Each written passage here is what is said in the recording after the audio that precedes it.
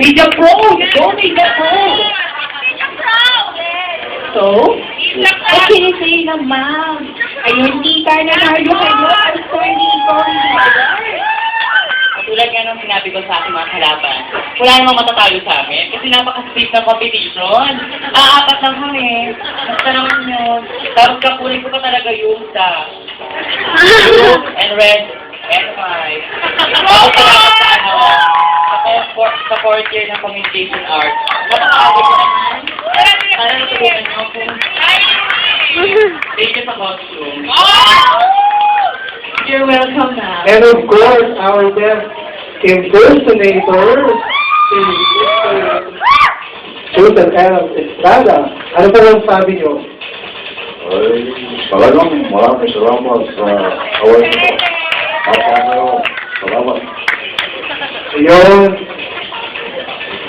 At syempre, natatakot ako dito. Ayoko okay ito eh.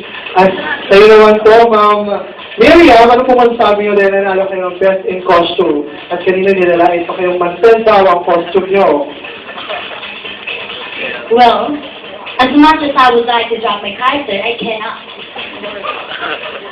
I would like to thank both of you for being such wonderful hosts again. And for winning this title, I wasn't actually expecting, I believe. But anyway, thank you so much. Thank you rin po, Miss Miriam. O, di ba? Napaka-dramatic. Siyempre. Siyempre, ang ating best political icon is Lauren Legarda. So, tulad ng sinasabi mo kanina sa backstage, so, kinakabahan ka. Ngayon, ikaw ang nanalo. Anong masasabi mo?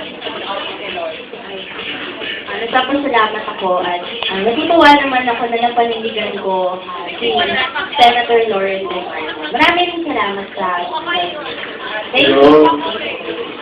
Ay, gusto ko na din kong magpasalamat sa mga friends ko. Actually, 3 lang. Pero happy. Yung talaga, pagkakaibigan talaga hindi nag-iwala. So, wala ba kayo mga kamay? Ayan. Thank you so much! Thank you so much. Thank you. And Thank you. you're a winner for Fashion Satire 2009.